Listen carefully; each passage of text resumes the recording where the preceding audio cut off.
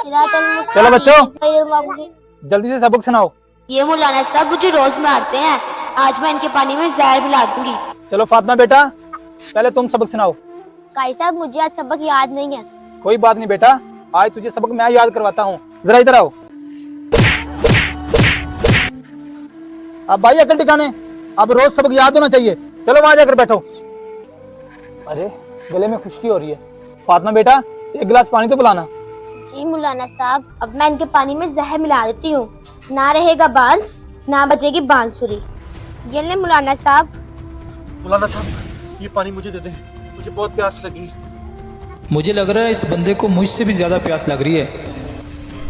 अरे ये पानी तो बिस्ने पी लिया, अब तो ये मर जाएगा। शुक्रिया मौलाना साहब। अगर आपको हमारी वीडियो अच्छी लगे तो शेयर लाजमी कीजिएगा।